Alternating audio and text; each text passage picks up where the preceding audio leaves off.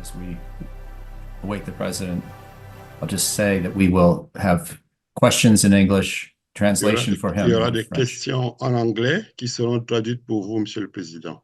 and then his answers in French will be translated back into English. Et vos réponses en langue française seront traduites en langue anglaise pour les panélistes. If I could, sir, Si je pourrais, Monsieur le Président, si vous me permettez.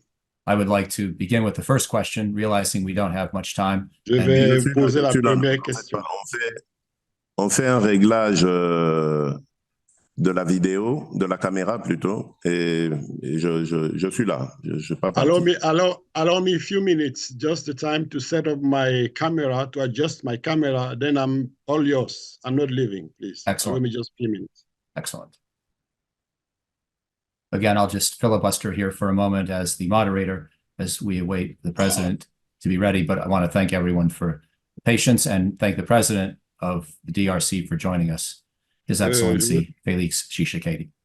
Je voudrais remercier tous les participants à cette réunion pour leur présence et disponibilité et exprimer mes remerciements à l'endroit du président de s'être rendu disponible pour assister à cette réunion. I will say, just to ease into the conversation, I'm grateful to see President Tshisekedi, who was kind enough to visit me at Brookings about 7 years ago, before he was even president of Congo, and who I've continued to follow with great interest ever since, and wanted to congratulate you, sir, on your re-election and your inauguration to a second term this past January. Monsieur le Président, permettez-moi de vous adresser mes félicitations pour votre réélection. Mais permettez-moi aussi de vous rappeler que vous étiez venu me voir au sein de Brookings pendant que au moment où vous n'étiez pas encore élu. Cela me touche. Nous avons pu être toujours en contact. So, okay, très bien. Très bien. If I could begin, I'm just going to have one big question, and then I will pass the baton over to Landry Signé for a couple of questions of his own, sir. But my question to you is to, as best you can, explain your vision, please, for ending the conflict in the East. It's a very short question for a very big problem, a very complex problem.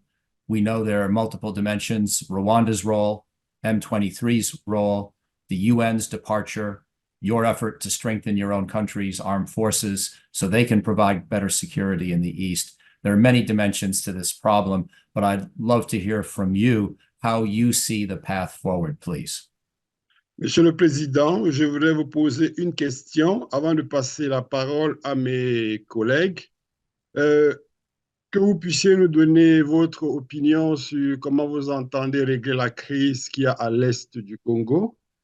C'est vrai que c'est une question qui peut paraître simple, mais qui a plusieurs implications, notamment le mouvement rebelle M23, l'implication du Rwanda, le départ des casques bleus. Évidemment, cela, comme vous le voyez, c'est un conflit qui a plusieurs dimensions, mais j'aimerais avoir votre réflexion sur comment vous entendez gérer et résoudre cette crise, Monsieur le Président. Bien, merci beaucoup. D'abord, je tiens à vous remercier pour cet honneur que vous me faites en m'invitant à cette visioconférence et en me permettant de parler des problèmes qui touchent à mon pays. Je voudrais dire à propos de votre question qu'elle n'est pas simple, vous l'avez dit. La réponse n'est pas simple et si elle l'était, on aurait déjà résolu la crise. Je voudrais ici insister sur le fait que la République démocratique du Congo est un pays épris de paix. Lorsque je suis arrivé à la tête de ce pays en 2019, j'ai parcouru tous les pays voisins. C'était d'ailleurs ma première destination, c'était d'aller vers les régions, les pays environnants surtout, vers la région donc autour du Congo, pour parler à mes homologues chefs d'État et leur dire surtout à ces deux pays, Rwanda et Ouganda, leur assurer de mon engagement, ma volonté de vouloir vivre en paix avec eux, aller plutôt sur des projets communs de développement qui ferait du bien à nos populations respectives et non pas à revivre les tensions du passé. Donc, c'est vraiment une main tendue que j'avais offerte à mes voisins. Je ne sais pas si je dois m'arrêter et attendre l'interprétation ou bien continuer. Oui, s'il vous plaît. Bonne idée. OK. Je vous laisse, Good. je vous Merci, laisse Monsieur le interpréter. Oui. Oui, merci, Monsieur le Président. Allez-y. Alors, pour résumer la réponse du président, le président vous remercie. The president expresses gratitude to you for inviting him to attend to this online meeting, and is very glad to talk about DRC. Of course, the question you have raised is a complex question. The president insists that DRC is a peaceful country. He reminds that when he came into power in 2019, his first idea was to pay a visit to all its neighboring countries to talk to his counterpart, head of states, namely Rwanda and Uganda, to say to them with a strong voice that he come to power as a peaceful man. He wants this issue to be solved. He rather wants Rwanda, Uganda, and all the neighboring countries to be engaged in joint development projects to avoid or to solve all the issues related to the past. À vous, Monsieur le Président. Oui, et donc, pendant 3 ans, ça a très bien marché, les relations étaient excellentes, les échanges également entre les deux pays, les déplacements des chefs d'État entre ces deux pays, Rwanda et RDC, les relations étaient vraiment au beau fixe. Puis, il y a eu cette décision que nous avons prise avec l'Ouganda de mutualiser nos forces pour combattre les ADF. Les ADF, c'est un groupuscule à tendance islamiste et qui commet énormément de crimes d'horreur dans la région du Grand Nord, Kivu. Je vous laisse interpréter. Well, the president says, he emphasizes that the first 3 years he was in power, he tried to promote this peaceful approach of relationship, and everything was flowing, especially travel from head of states between Rwanda and the DRC. There were a good relationship. But the turning point was when he decided to join forces with Uganda to fight against ADF. That is an Islamic group. That's the turning point. À vous, Monsieur le Président. Et donc, tout a commencé à partir de ce moment-là, lorsque nous décidâmes, l'Ouganda et la RDC, de travailler ensemble contre les ADF. Le Rwanda a cru, et ça le président Kagame me l'avait lui-même dit, a cru que c'était un piège que l'Ouganda nous tendait pour ramener des armes au Congo et les donner à ses ennemis qui allaient l'attaquer. Et je lui ai donné toutes les gages possibles, toutes les garanties possibles pour dire, voilà, il n'y aura jamais ce genre de choses de chez moi. Et dès que vous avez la moindre information de ce que vous dites, transmettez-la moi et je demande aux forces ougandaises de partir, de rentrer chez elles. Donc, j'ai donné des gages, mais malheureusement, le Rwanda a commencé à soutenir le M23. Quelques semaines après la discussion que j'ai eue, c'était à Bruxelles, je me souviens, en 2021, décembre 2021, avec le président Kagame. Malheureusement, malgré toutes ces garanties données, toutes ces assurances données, eh ben non, il a entamé le soutien au M23 qui nous a attaqués depuis lors et a développé tout ce que vous connaissez aujourd'hui comme crimes et autres exactions en RDC. So the president underlined the fact that despite joining its force with Uganda to fight ADF, that Islamic group, he talked to his counterpart, President Kagame, But President Kagame replied to him that he believed that he was under a trap, that it could be fought, that DRC may be the Trojan horse of Uganda that could fight against him. I personally talked to him. I gave him all the insurance that this was not the case. And if something like that occurred, I will ask the Ugandan forces to leave my country. I gave him all the insurance, but he didn't believe me. And he started to back up M23. I remember we had these talks in Brussels in December 2021, I myself and him. À vous, Monsieur le Président. Oui. Et donc, depuis lors, il y a eu deux processus qui se sont dessinés, celui de la région même de l'Afrique de l'Est, qui avait été impulsé par l'ex-président Uhuru Kenyatta, qui malheureusement a été géré ensuite par le nouveau président William Ruto, et qui a très très mal géré parce qu'aujourd'hui, nous n'avons plus du tout... ce processus est quasiment mort, à part le fait que le facilitateur désigné Uhuru Kenyatta est resté. Il a gardé quand même ce pouvoir, mais le processus est quasiment mort parce que le président Ruto a pris fait et cause pour le Rwanda. Donc, je ne vais pas en dire plus. Et puis, il y a l'autre processus, celui de Luanda, qui est issu, lui, de l'Union africaine. Donc, il avait désigné le président Lorenzo comme facilitateur. Et nous en sommes là aujourd'hui.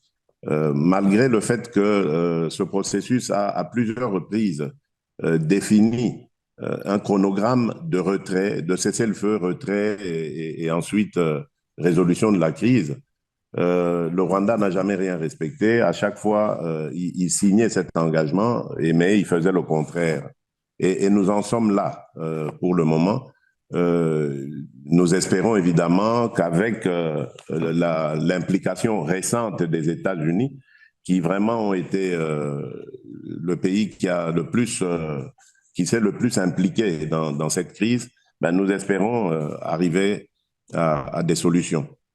C'est ce que je peux dire à ce stade, en réitérant encore notre volonté ferme à vouloir revenir à la paix, parce que sans paix, sans sécurité, il n'y a pas de stabilité, et sans stabilité, il n'y a pas d'investissement, et sans investissement, il n'y a pas de développement. Donc, vous comprenez que nous sommes déterminés à ramener la paix dans notre pays, quoi qu'il en coûte. So the president point out that there are two processes. The first one is the process of East Africa, which was launched by former president of Kenya, Uhuru Kenyatta. And it was later supported by his successor, President William Ruto. But this process was mishandled and it could be considered dead now. Yes, the former president Uhuru Kenyatta is still the facilitator, but I must confess, President Ruto is supporting Rwanda. I won't say anything more about that. The second process is the process of Luanda that was appointed by the African Union. President Lorenzo is in charge.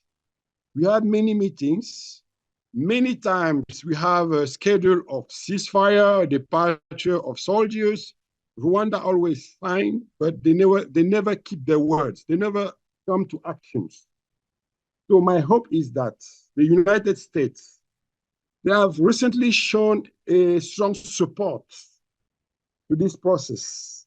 So we hope that a solution could emerge, because I strongly believe that without peace, there could not be any development.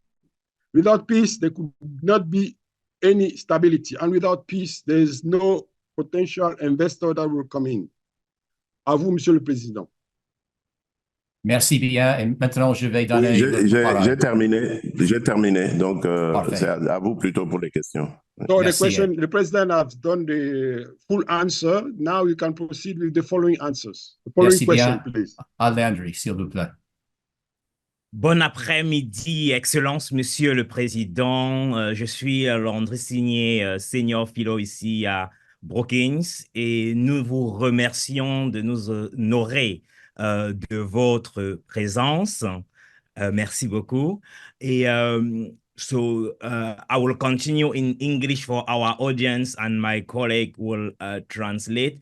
I will ask you one question and probably I will go to one or a couple of questions from the audience, advanced question that we receive from the audience. Excellency, the DRC is home to many of the world's most critical natural resources, and they represent an important part of the economy and exports. So what are your plans to leverage this unique advantage and create value for the country, especially in terms of diversifying the economy, addressing inequality, and ending poverty? Monsieur le Président, je vous remercie de votre présence. Ma question est la suivante. La République démocratique du Congo a plusieurs minéraux et exporte plusieurs minéraux.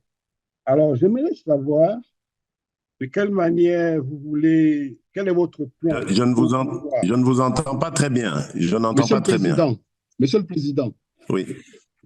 J'aimerais savoir, la République démocratique du Congo dispose de plusieurs minéraux qui sont exportés. Quelle est votre vision, votre plan pour pouvoir lutter contre les inégalités, réduire la pauvreté et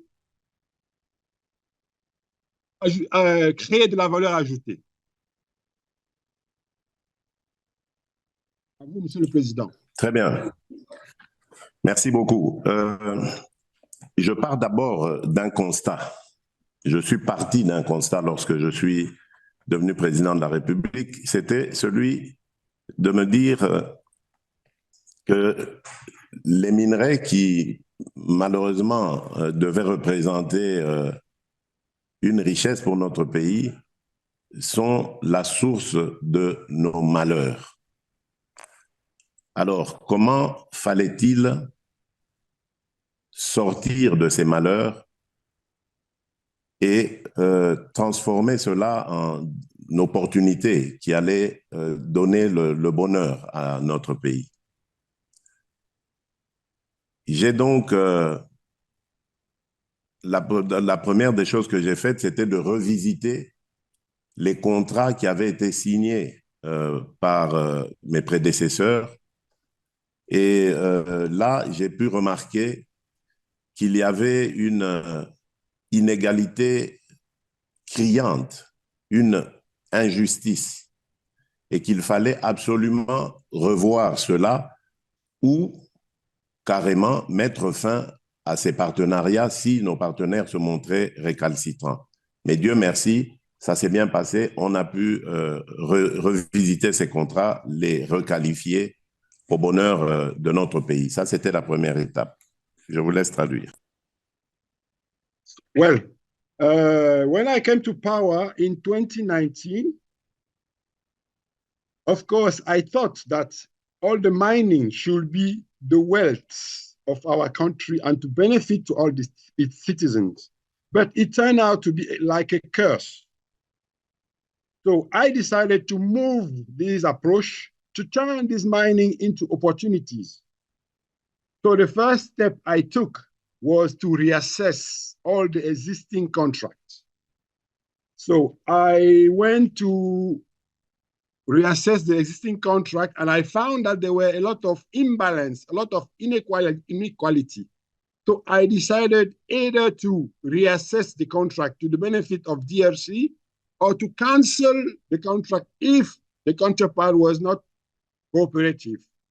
And luckily, we were successful in reviewing this contract. À vous, Monsieur le Président. Alors, donc, de là maintenant, j'ai tracé deux voies. La première, c'est celle évidemment après ce que vous avez compris, donc cette revisitation des contrats. C'était maintenant de capitaliser au mieux nos actifs pour que finalement cela puisse aussi profiter au pays, en même temps que ça profitera à nos partenaires. C'est ce que j'ai appelé le partenariat gagnant-gagnant, win-win. Alors, je me suis dit que nous avons jusqu'ici toujours servi de terre d'extraction. Il était temps maintenant que l'on puisse penser aussi à la transformation. Donc, au lieu de voir nos minerais partir sous d'autres cieux, être transformés, puis en produits finis, qui va sûrement nous être revendu beaucoup plus cher et à la balance, ça ne va pas, nous allons avoir développé l'ambition de pouvoir transformer nos minerais chez nous. Et j'en ai parlé aux partenaires en leur faisant comprendre que le meilleur partenaire sera celui qui nous proposera un plan de développement des valeurs, de la chaîne de valeur en République démocratique du Congo. Et nous pensons très sincèrement que c'est par cette voie que nous allons créer beaucoup d'emplois et de richesses et pouvoir ainsi commencer à combattre sérieusement la pauvreté. The president says that after reviewing this contract, he took two approaches. He tried to capitalize on the assets. He wants the asset to benefit the country and to benefit the investors. This is what he called a win-win partnership. He underlined the fact that mining should be processed in DRC to bring added value. The best partner will be those who will start processing mining in DRC. By processing mining in DRC, it will create added value and more employment. And more employment means poverty reduction. À vous, Monsieur le Président. Oui. Alors, permettez-moi de revenir vite à cette première approche pour dire que nous aurons deux défis par rapport à cette approche. Donc, c'est la certification d'abord de nos actifs, d'une part, et d'autre part, c'est la réalisation d'infrastructures énergétiques pour la transformation. Voilà. Cela dit, il y a donc la seconde approche qui est celle de la diversification de notre économie. Donc, ne pas toujours rester dans le secteur des mines et dépendre évidemment des fluctuations qu'il y a dans les cours de la bourse, mais aller plutôt sur d'autres secteurs qui sont tout aussi générateurs d'emplois et de richesses. Et là, je pense par exemple à l'agriculture, dont nous avons fait vraiment une des priorités pour nous, pour notre pays, parce que nous avons près de 80 millions d'hectares de terres arables. Et figurez-vous, nous n'avons même pas dans ce pays exploité 10% de ces terres. Et selon certains experts même, ce sont, si elles sont bien exploitées, des terres qui peuvent être capables de nourrir près de 2 milliards de personnes. Donc, avec la République démocratique du Congo qui développe sa politique agricole, nous pouvons régler le problème de la sécurité alimentaire sur tout le continent. Et c'est ça notre nouveau défi, parce qu'en plus de cette capacité agricole que nous avons, il faut aussi aller sur la transformation et cela va nous aider à créer beaucoup d'emplois et également de la richesse. Donc ça, c'est la seconde approche. So, the second approach, the president says that it's come with two challenges. First one is about certifying the assets. And second one, it's about creating energy infrastructure like dams, solar plant, and so on. Another issue is about diversifying the economy. because we don't need to rely on the mining prices that goes up and down on the international market. The president says that he focused on agriculture, developing agriculture, because DRC has 80 million acres of fertile land. And until today, less than 10% are used. According to some experts, using this superficie of fertile land could feed up to 2 billion people. And by using this fertile land, we could solve the food safety issue in Africa. And by using this fertile land, we could also develop food processing. By developing food processing and agriculture, we could give more jobs, solve food insecurity, and improving the standard of living of the population. À vous, Monsieur le Président. Oui, et donc je voulais dire que par l'exploitation, évidemment, cette approche du second levier, qui est la diversification de l'économie par l'agriculture principalement, nous allons donc aller, et nous l'avons déjà élaboré, sur l'industrialisation de notre pays. Donc, nous avons un plan d'industrialisation. Nous avons commencé à créer des zones économiques spéciales qui vont favoriser l'implantation à des taux très avantageux d'industrie dans ces zones. Et ainsi, nous allons arriver à réaliser ce que j'appelle affectueusement la revanche du sol sur le sous-sol. Donc, et pouvoir ainsi mettre fin à nos malheurs, aux malheurs que nous ont attirés nos mines. Using diversifying approach, relying on agriculture, the president says that he has conducted an industrialization plan which comprise specific economic zones. Developing this plan could be summed up or summarized by the following quote: the revenge of the soil over the underground.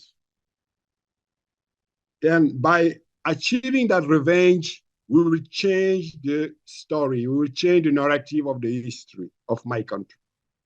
À vous, Monsieur le Président.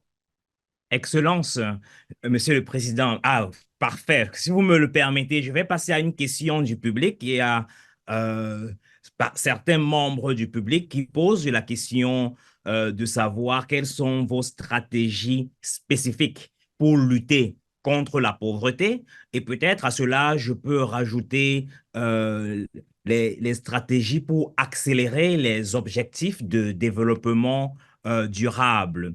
So, Mr. President, as I was saying, the many members of the audience have asked the questions, inquired about the strategies that you are using to address poverty, to end poverty, and if you expand that to the acceleration of the Sustainable Development Goal, which should be achieved by 2030, understanding that most of the targets remain as major challenges. Merci. Je pense qu'il y a c'est mon approche, il y a deux façons de combattre la pauvreté. La première, elle est morale. Moralement, il y a des fléaux qui ont longtemps détruit notre pays et créé justement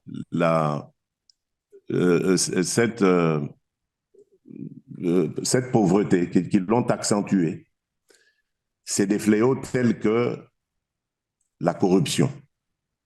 Et donc, lorsque je parle de moralement, il faut amener notre peuple à se détourner complètement de la corruption, mieux à combattre la corruption. Et pour cela, j'ai mis sur pied une agence, une coordination de changement de mentalité pour faire comprendre à mon peuple que la corruption est le premier fléau responsable de la pauvreté en République démocratique du Congo. Parce que la corruption empêche de mobiliser les recettes suffisantes qui vont nous permettre de développer notre pays et de pouvoir promouvoir justement le mieux-être. C'est pour ça que je dis la première approche est morale et la seconde, évidemment, elle est physique, j'en parlerai après la traduction. So the president says that to fight against poverty, he has two approaches. The first one is about the morality, how to help the people to have a new behavior, a new understanding, because the president believes that he needs to fight against corruption, because corruption doesn't help. Corruption increases poverty. Corruption diverts funds. This is why the president has created an office, a specific office dedicated to fight against corruption. À vous, Monsieur le Président.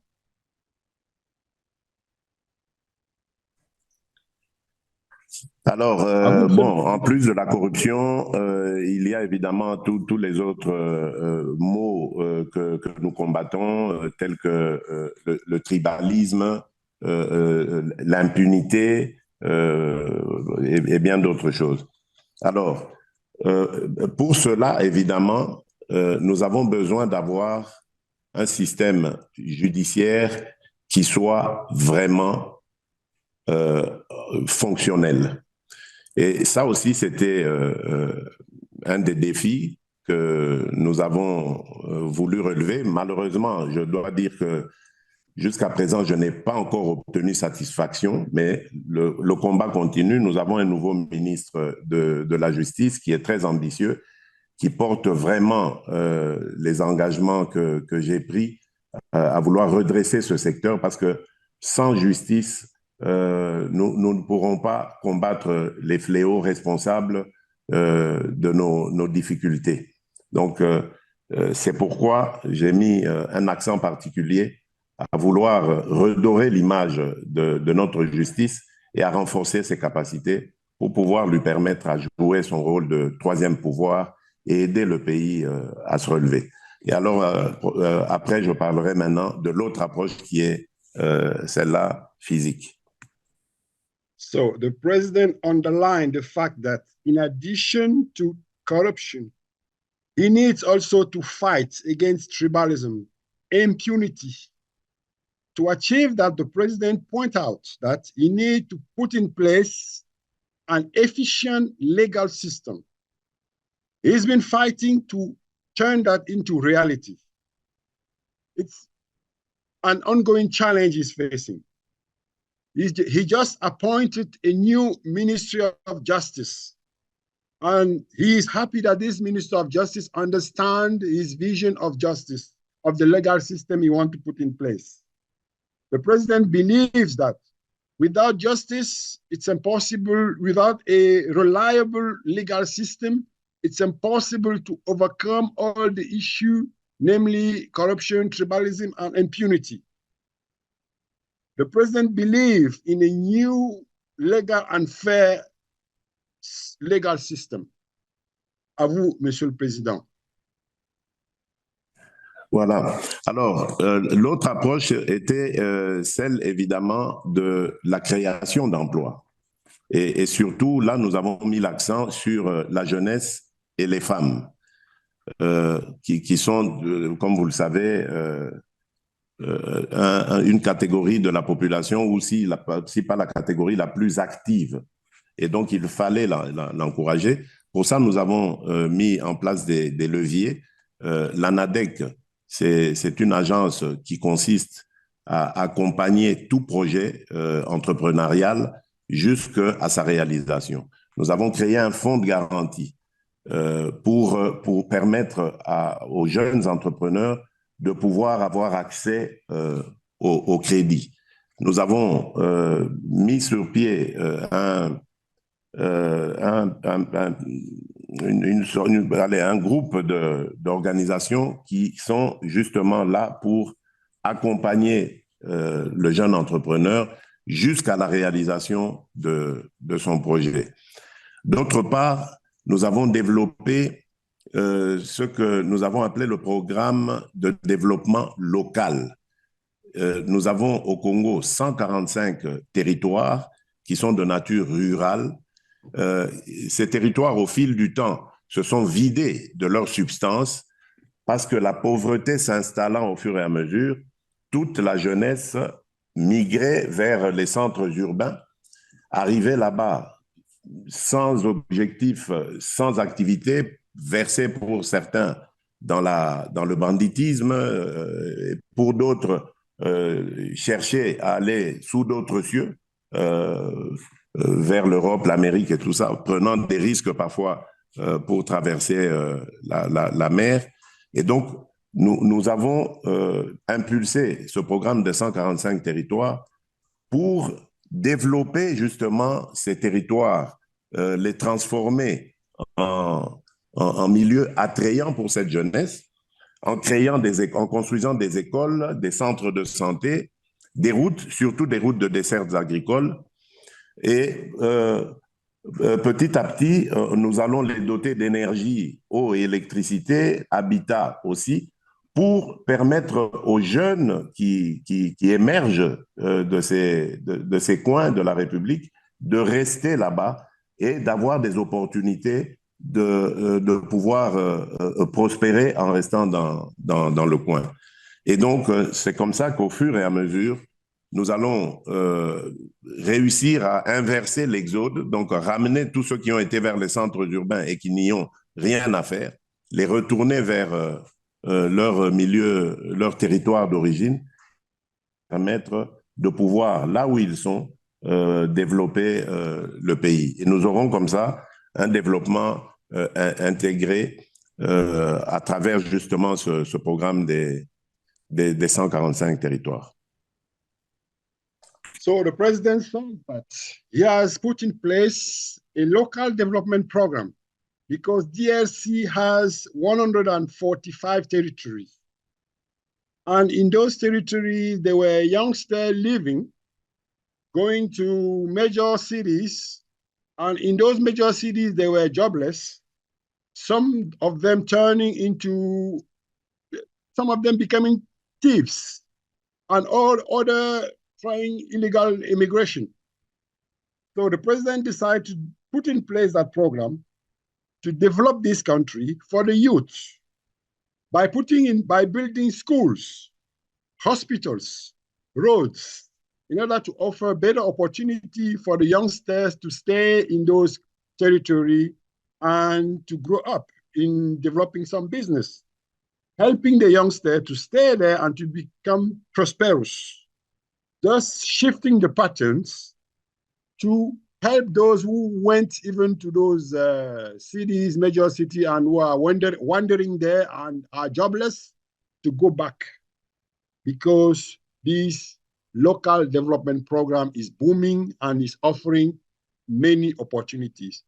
Through this local development program, the president believes that it's a job creation opportunity, it's a local development project, it's benefit for the country and it's benefit for the local people. À vous, Monsieur le Président. Excellence, Monsieur le Président, je vais vous donner le mot de la fin. Juste avant de vous donner le mot de la fin, étant donné que nous sommes conscients que nous avons passé le temps, I would like, before giving the final words to Excellency, the President of the Democratic Republic of Congo, to acknowledge our colleagues and the audience here, whether Brookings Central, the Foreign Policy Program, the Global Economy and Development Program, the Africa Growth Initiative, the Africa Security Initiative, and in particular some colleagues such as Alejandra, Nicole, Alex, Izzy, Iman, Oder, and of course, under the leadership of Mike and Vanda and the Brookings president. So, Monsieur le Président, Excellence, peut-être en tant que, pour le mot de la fin, est-ce que vous pouvez un peu élaborer sur ce que vous attendez du prochain président des États-Unis en ce qui concerne la relation entre les États-Unis et la République démocratique du Congo? So, Mr. President, as for the final word and to conclude, because we know that we have passed the time by about 20 minutes, would you mind elaborating on what you believe the main focus of the next U.S. president should be as it relates to the Democratic Republic of Congo, or is there any final word or sentence that you want to add to conclude with us, Excellency, Mr. President? Oui, merci. C'est une question très pertinente, d'autant plus que, bon, en ce moment, il y a une compétition démocrate contre républicain pour savoir qui va prendre la présidence en novembre prochain. Et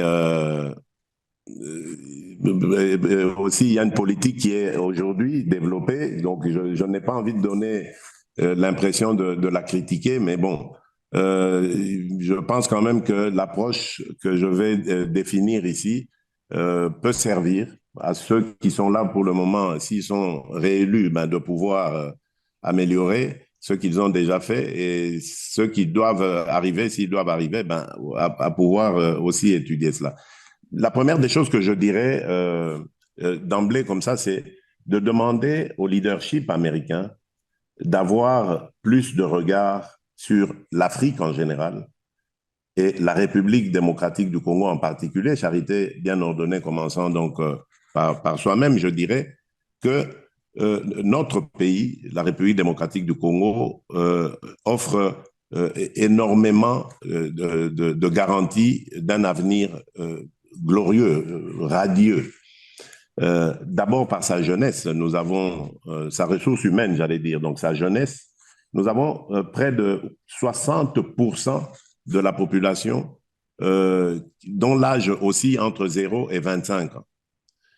Si nous formons, comme nous sommes en train de le faire, nous avons décrété la gratuité de l'enseignement fondamental, nous voyons encore comment est-ce que nous pouvons améliorer les choses.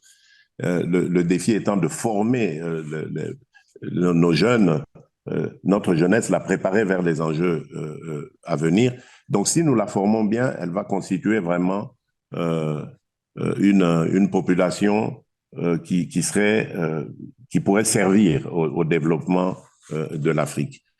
En plus de ça, par ses potentialités naturelles, notre pays a la réponse à beaucoup de questions qui se posent aujourd'hui dans le monde. Je pense ici au problème de l'insécurité alimentaire. J'en ai parlé avec nos capacités à développer une agriculture qui puisse amener la solution, mais également au problème du changement climatique.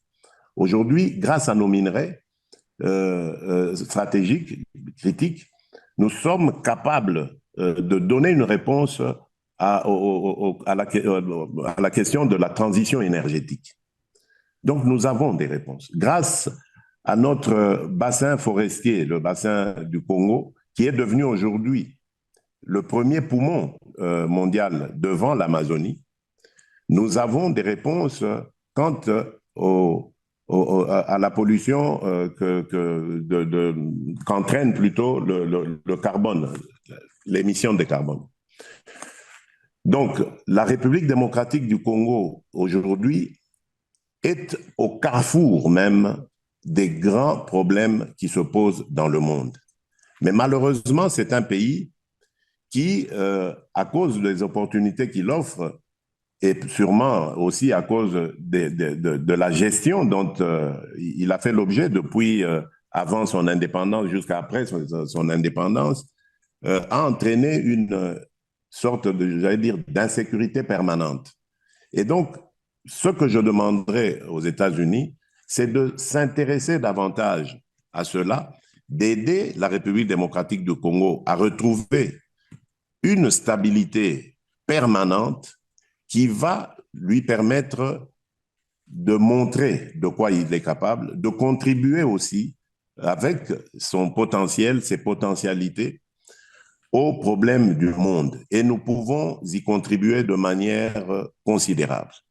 Mais pour cela, il faut que l'attention nous soit accordée. Et c'est ce que je demanderai au prochain leadership américain, c'est d'avoir plus d'attention, plus de regard et surtout plus d'implication dans ce qui se fait en République démocratique du Congo, mais également en Afrique en général. Voilà. Oh, the president says that there is still competition ongoing, so he doesn't know who will be the winner in November.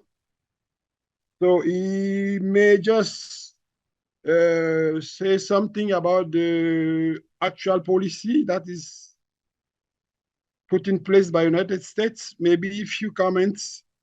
He says that maybe United States should pay a lot of attention to Africa, the African continent, and more specifically to DRC, because the president believes that DRC has a lot to offer, for a prosperous future. For example, DRC has a population of between 0 to 25 years old that are roughly 60% of the total population. This is why he have made the school fees free for the youth, because he believed that the youth should be trained. By training the youth, they will support the development. And the DRC also has natural resources. And natural resources are the answers of a lot of issues. The president says he mentioned food safety. The fertile land could be used to tackle food safety issues.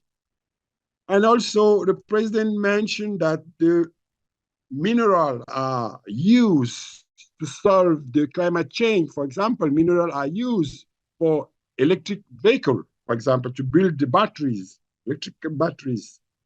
And the president believes also that the Congo Basin is helping the planet to breathe, notably in terms of reduction of the carbon footprint.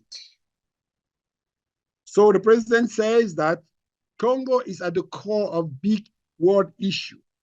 In the past, DRC was not well managed, leading to insecurity. With the help of the United States, the president hopes that the United States will help its country to become a stable country. By being a stable country, the DRC will be ready to contribute to world issue. For that, the president seeks more attention, more involvement from the United States. À vous, Monsieur le Président. Excellence, Monsieur le Président, ce sont des mots extraordinaires et très encourageants pour une conclusion. Nous vous remercions également une fois de plus énormément de nous avoir honorés de votre présence et de vos brillantes idées.